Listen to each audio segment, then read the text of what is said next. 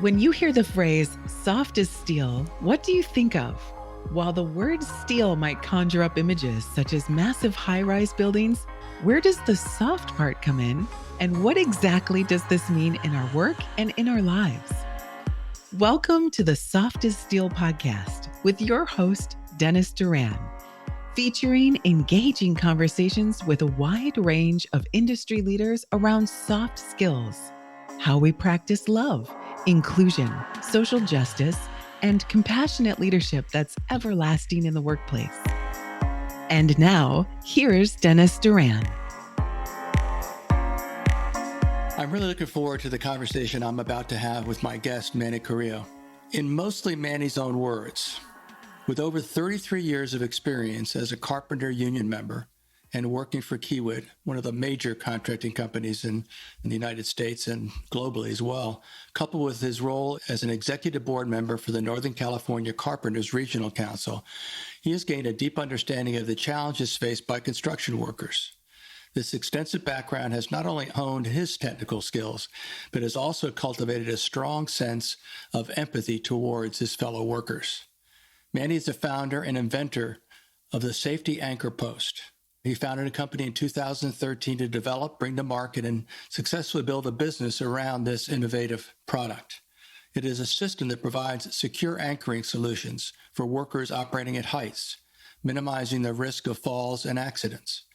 By utilizing his soft skills, notice I emphasize soft skills, such as empathy and effective communication, he has been able to promote the adoption of this system among construction companies and workers.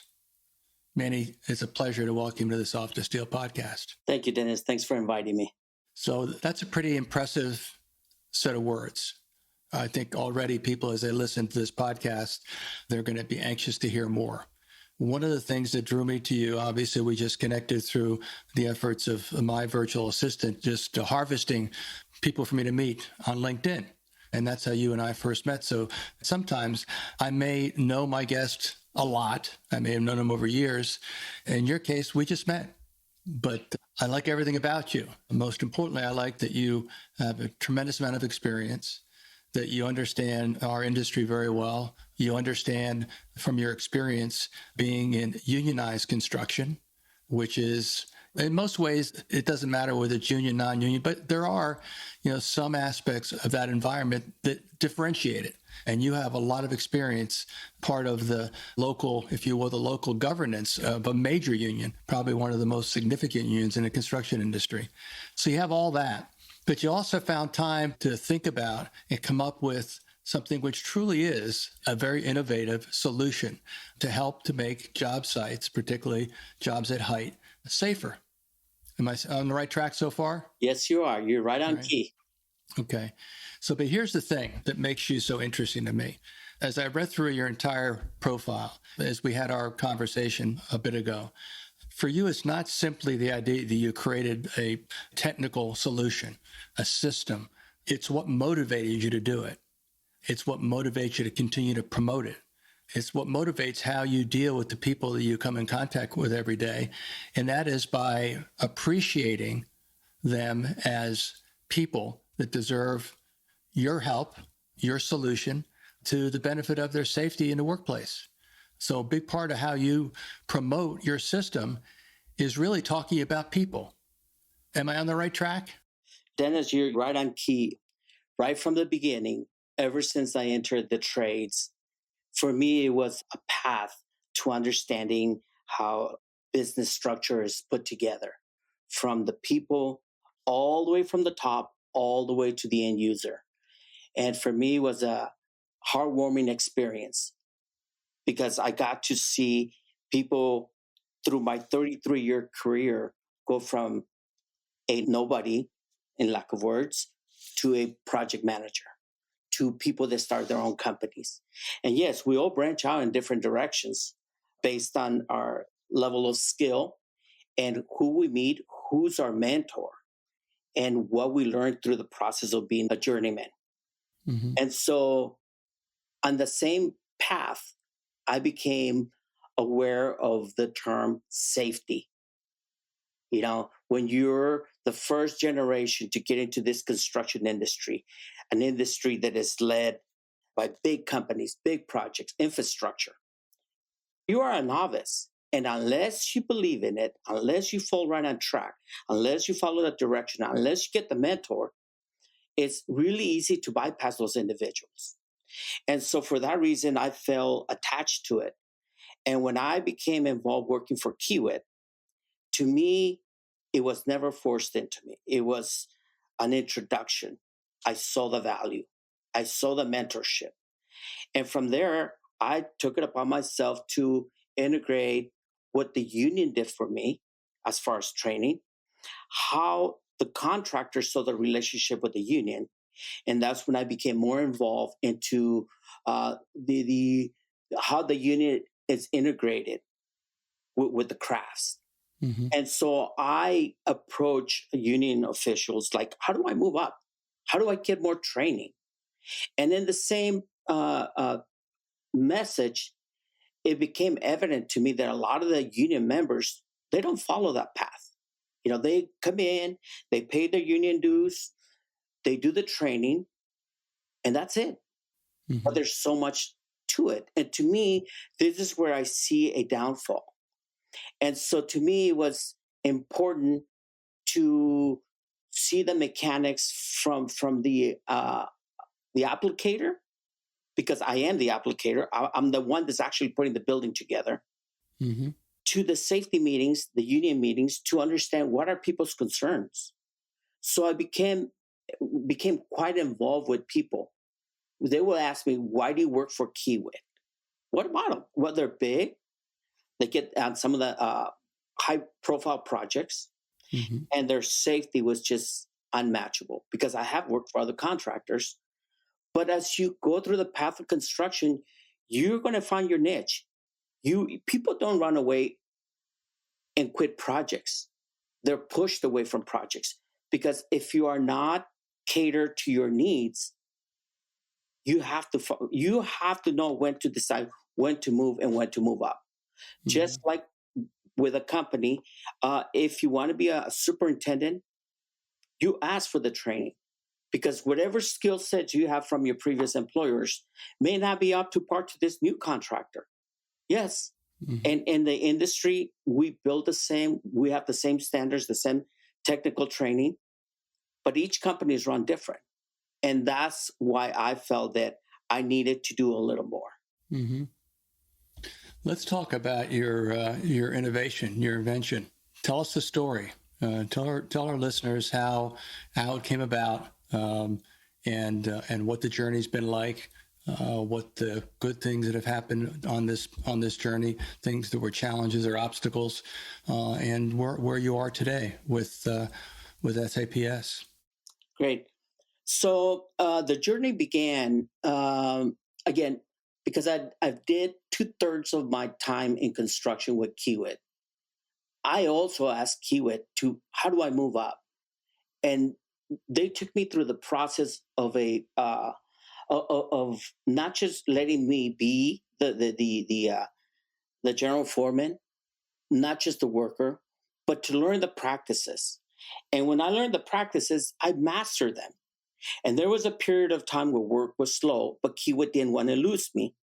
So internally, they made phone calls to some other connections, and I was basically loaned to another company. And I went to go work on a high rise. When I arrived at the high rise, it was a structural steel building in Sacramento. And right off the back, I was told that because I have a solid background from Kiewit in safety, one of my jobs would be at the commencement of the day to walk the entire building up to wherever floor we were on and check the perimeter, check all the leading edge guardrails so that when the workers come up through the elevators and they have to go to do their particular task, the guardrails safe. Mm-hmm. Inspect everything prior to using. Well, on a particular day, I had an apprentice working with me because we had to cover so much ground that this individual, I asked him to tie off. He was an apprentice. I said, I need you to tie off at all times because you've never done this. I needed to be tied up too. But you take the responsibility that everything is intact. You're just checking it. One night in a particular guardrail system, the slab grabber, what is known in the industry, my apprentice was adjusting one of them. And it just so happens that as he's adjusting it with a crescent wrench, there's a bolt on the top. The bottom jaw of the slab grabber came down 17 stories. And that was quite a frightening experience because I'm in one area, my apprentice is in another, and I hear a call, Manny, help me, help me, help me. And my apprentice is hanging, I say about a third of his body outside the building, holding this guardrail, hoping it doesn't go any further. I dragged him inside the building, and this individual never worked in construction again. So, of course, there needs to be an investigation, and the company did their due diligence, called the manufacturer, see what went wrong. Well, to take the story further, it was discovered that the coal rod does internally. There's no way to inspect it. It's just a design flaw. With rain, the rain trickles down internally, and it corroded the coal rod. So I asked myself, is this a once in a lifetime experience, or is this a reoccurrence? Well, with my influence with the union, at that time I was a vice president of the union, I took on the floor and I decided to pose the question to the members at the meeting. Do you guys experience this on a regular basis? Is it a one-time reoccurrence or what? Well, to my findings, it was a reoccurring experience. I took it to the next level. I took it to other contractors that I previously worked for, and I asked them, does this ever happen to you? And hands went up. So I reached out to my wife really quickly, and I said, listen, I think we need to do something about this. So we hired a patent attorney and kind of did a review, see if it was available, such technology. So once the technology was available, never discovered, it's time to go to work. So I took it upon myself to figure out, why do we still use the slab grabber? It's been in use for over 50 years. And the difficulty in it was, how do you make a surface thread mount guardrail system that will be inbound, meaning away from the edge? And that will solve two issues. One, not everybody has those nerves of steel to go install those guardrails at the leading edge.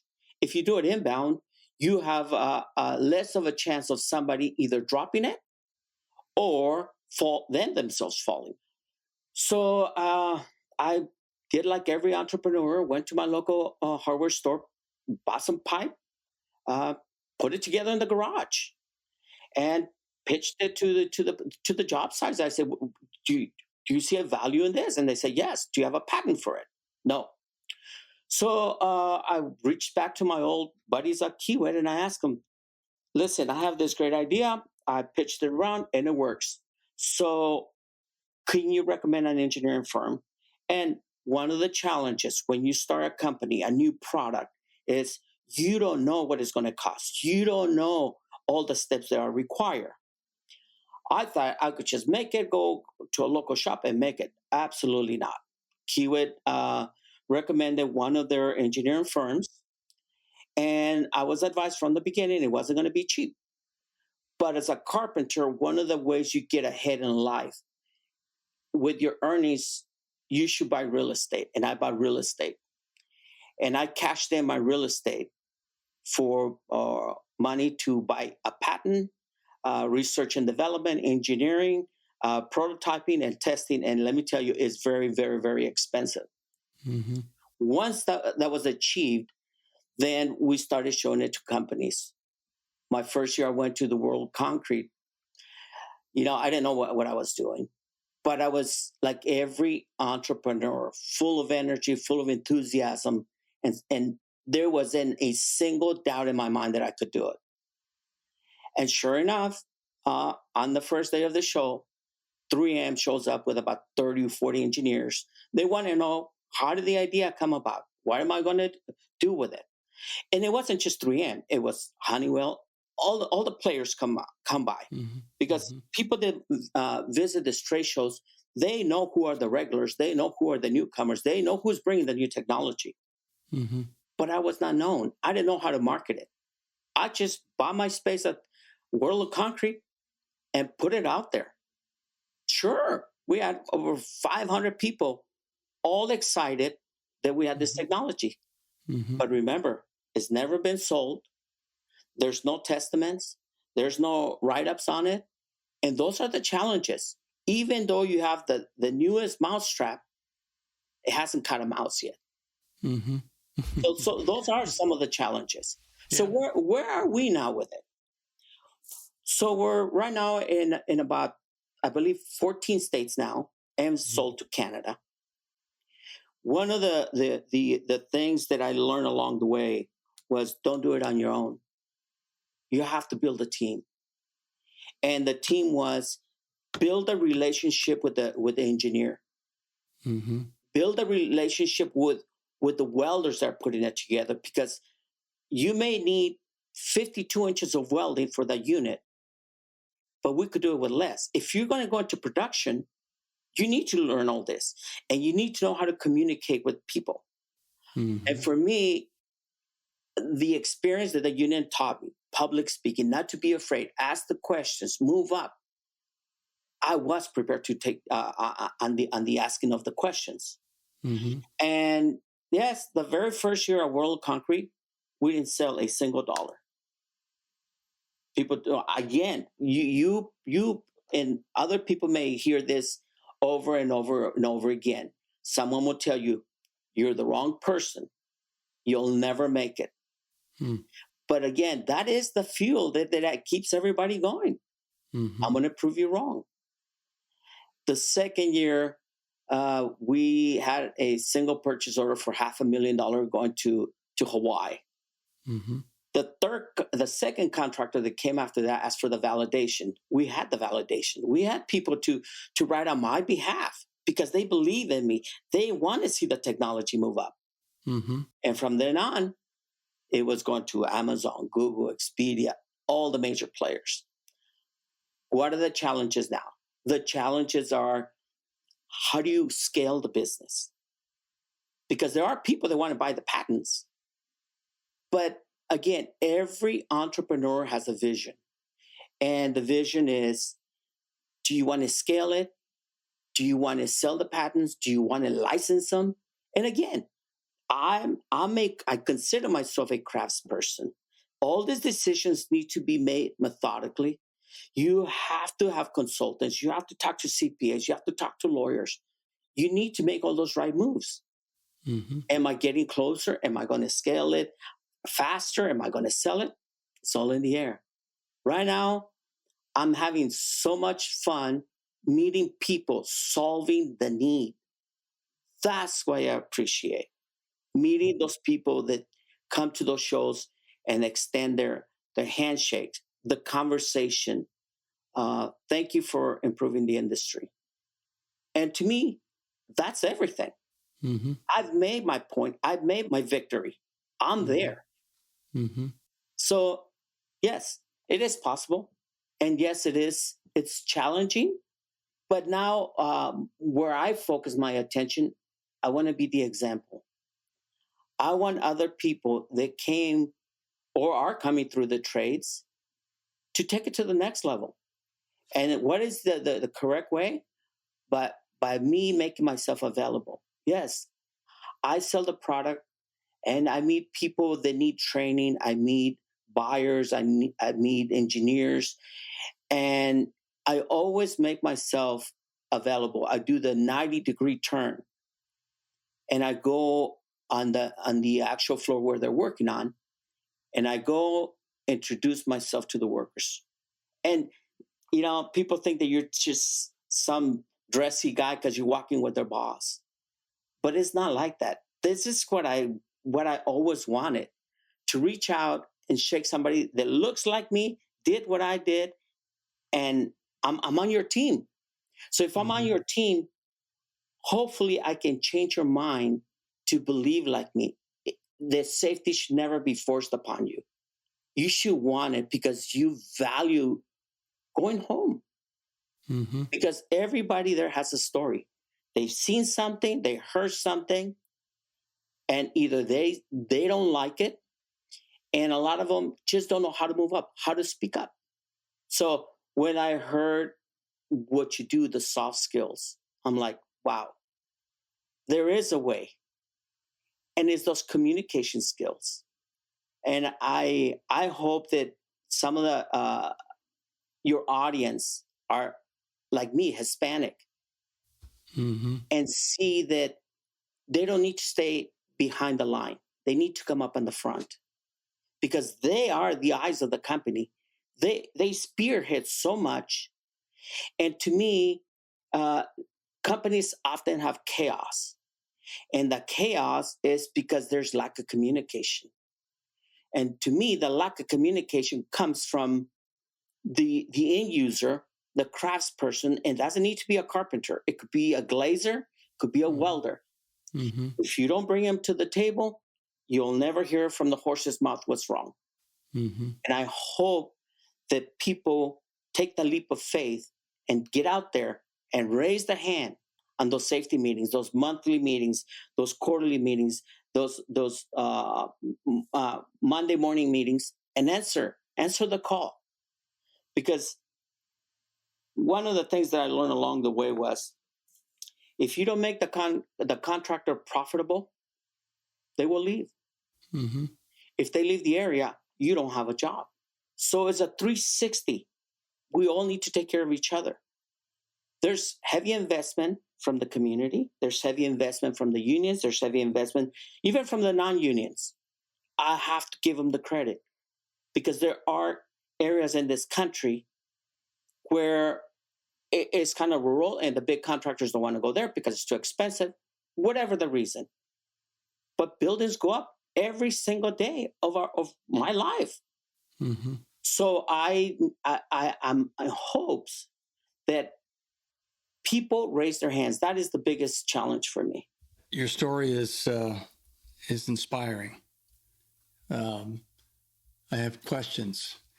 If someone were to say, Manny, what's been motivating you from the time you first got this idea to today, to continue to pursue it, to continue to work hard at it, to continue to get more people to understand why it's worthwhile, why it makes sense to spend money to make job sites safer. What are your thoughts? Well, this takes it a little bit personal, and thanks for asking the question. My father was a silver miner in Mexico, and he died from black lung. So I was adopted in the U.S. And what it always affected me was what's it like to grow up without a dad. So when I hear of an accident, a fatality, it takes it to that next level. How are those children or child going to go through life the same way I did? Alone. You go to the parent teacher conference, and if mom remarries, dad remarries, you don't look like the other parent. So it becomes a little psychological. It's a tough situation. So one way that I thought about it is never give up. You're on the right track. Continue to share your gospel of how they need to see and take care of each of the end users for every craft. Yes, people tell me, you're crazy. You're putting more money in research and development. You know what?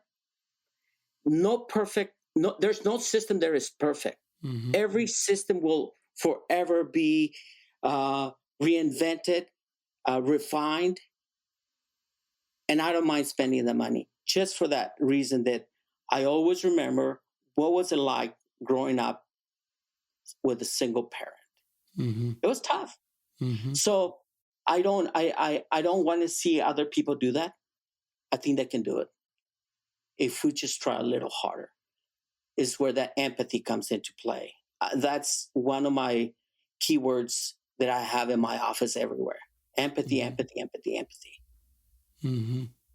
So that is one of the main reasons. You talked about the challenges of building the business, trying to figure out how to scale it up. Have you reached a level of sustained traction as far as acquisition of new customers and more installation of product in the field? Are you on a good trajectory? Yes and no. Yes, that I am. My life is tremendously better, financially better. I'm able to do things for my kids that was never able to do. I'm able to Mm-hmm. travel, visit, uh, hire an engineer with confidence. No question in my mind. If the bill comes $20,000, $30,000, it's paid for. Not Mm-hmm. no problem.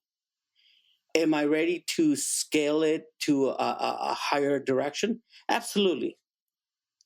One of the questions that was asked of me by one of my old neighbors was, now that you got your first patent, what do you want out of it? Do you want the academia?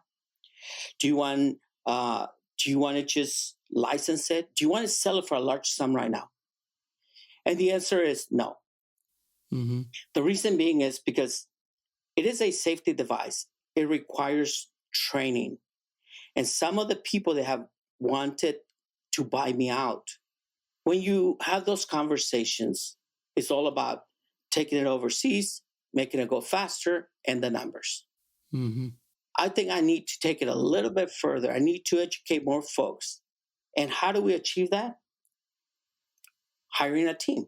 So we are in the process of hiring the right team so that the message is consistent and steadily growing up. Mm-hmm. It can no longer be my customers recommend me to somebody else. They're walking the project. They need you here. They want to hear it from you. You got an invitation to go to Canada. Can you come over to Canada? Can you come over to the East Coast? Yeah, I get invitations from South Korea, from Australia, from Mexico, from Peru. Yeah, everybody wants it. But I need to make sure I'm, I guess I'm also very patriotic. I want to take care of my own first. Mm-hmm. And the only way it's going to reach other markets is when I scale it. Hire the team that can travel, hire the team that can take care of those accounts. Mm-hmm. So yeah, it's going in the right direction. Good. You know, some people say, "Oh, you should just dump it and just get the money and run." Then do what? You know, I'm sure you've heard people describe you as, among others, and it's actually been used to describe me a bit, as a person who's following your calling. Mm. And that's the way it feels to me as you talk about it. It's the way it felt to me when I first chatted with you. Because again, what seems to be most important is not simply the system, but the fact that the system is something that demonstrates caring about the people who are protected by it. And who will not have to go home at the end of the day and find a one-parent household.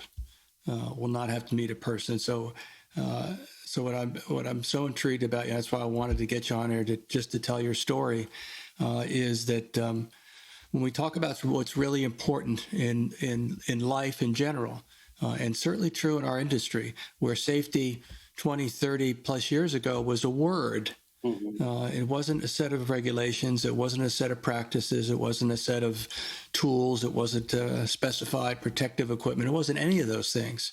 It's really in the last 10 to 15 years where it's taken on, the role that it deserves, and that is that it's the most important way of demonstrating that the employer who hires individuals to work on job sites has a basic fundamental level of caring expressed in the words you said earlier, but you hear all the time, and that is that I want my workers to go home in the same condition they came to work in this morning. And that all speaks to safety in terms of practices, awareness, but also, tools and systems and other products that all aid trying to preserve the personal safety of individuals as well as the safety of a job site. And that's the place where you're having an impact just by the way you go about talking about your system and what it is. It's not just a system. Correct. What are your last thoughts about it? And I want you to share a couple of thoughts. I want you to share them both in English and in Spanish. So what are your thoughts about why our industry needs to continue to change and to continue to appreciate at a greater and greater rate the importance of people and their safety? That's such a great question. You know, I believe that we need to continue to stay focused. Focus on the people, because the people are the ones that either make or break the company. The people are the ones that we're going to make our generation go another generation. So we all play a vital role. It's not just me, it's not just you, are not the investors in the company, it's everybody. It goes around just like the D-ring on my post, 360 degrees. It goes in both directions, but it needs a base. Mm-hmm. And the base is the support of the industry. It can no longer be, it's expensive. It's not expensive. Expensive is when you have to go to court and defend yourself. Mm-hmm. You need people. And people are the company's more valuable assets. So protect them accordingly. Mm-hmm. Now, how would I say it in Spanish? Yeah.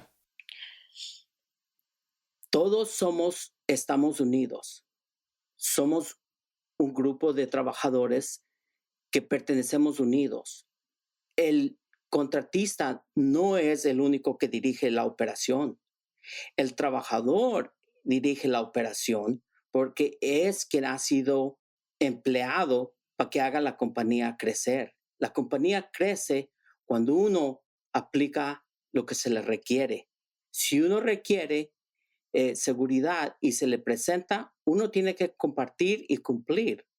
Porque si uno no cumple, entonces ya no somos una unidad. Y la unidad necesita una base. La base es que todos estemos bien fundados en la misma situación, con la misma visión, donde todos trabajamos, ganamos lo mismo que el contratista y todos regresamos a casa a diario. So espero que todos sigan ese recomendaje. I believe I said it. Muy bien. Gracias. Yes. I've thoroughly enjoyed this very short conversation. I'm sure we'll talk again. And I appreciate what you do. In the words of my mentor, you do what you love in the service of people who love what you do. Thanks, Dennis. I do appreciate this opportunity. If anything, if I could just change one mind, my job is done. Yeah. That's all it takes. Yeah. Because that individual, I hope they do the same thing. If I could give somebody courage and educate the contractor just a little more. Yeah. Because again, we all need each other. Yeah. I can say that two very large stakeholders in the construction industry, one being Kiewit and the other being the Carpenters Union, are going to be smiling ear to ear as they listen to you sharing your story and mentioning them in an appropriate and positive way. So again, thank you very much, and we'll see each other someplace again, I'm sure. Thank you. Thanks, Dennis. Thanks for the opportunity. Have a great show. Thank you very much. Thanks for joining us today for this episode of the Soft as Steel podcast with your host, Dennis Doran. Dennis is the author of Soft as Steel and a leading speaker and trainer for organizations across many industries and verticals. To learn more about the work Dennis is doing to activate soft skills in the workplace, contact him at DennisDuranSpeaking.com.